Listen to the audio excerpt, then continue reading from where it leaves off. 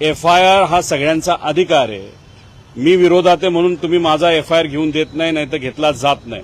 तुम्ही सत्तेत आहात ना, तुम्हाला काय माझ्याबद्दल वाटायचं वाटू द्या. मग सत्तेचा वापर करून तपास काय दिशेनं जातो हे आपण तात्पुरता बाजूला ठेवा. साधा एक FIR करून देण्यासाठी थोडीशी मदत तरी करा. भाषणं नुसती करत चाललेला आहात तुम्ही. इथं आम्ही सर्वजण, महाराष्ट्रातील जनता, सर्व इतर पक्षातले लोक दादांना न्याय कसा मिळतील यासाठी प्रयत्न करतायत आणि हे लोक मात्र भाषणाच्या माध्यमातून राजकीय टिप्पणी त्या ठिकाणी करत असतील.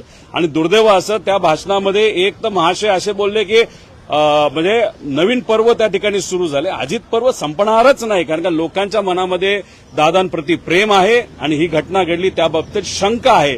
त्यामुळे दादांना न्याय देण्यासाठी त्या नेत्यांना जर प्रयत्न करायचा असेल तर आज ती वेळ आहे. आज FIR घेण्यासाठी कुठेतरी प्रयत्न करा. नाही FIR का घेतला पाहिजे, एक जनतेने सुद्धा समजून घेतलं पाहिजे. FIR मध्ये जे मुद्दे घेतलेले आहेत, ज्यांच्याबद्दलचे आपण FIR करणार आहोत, जेव्हा हा विषय CID कडे असतो नाहीतर CBI कडे जातो, FIR झाला की त्या एजन्सीला त्या विषयामध्ये इन्व्हेस्टिगेशन करावंच लागतं.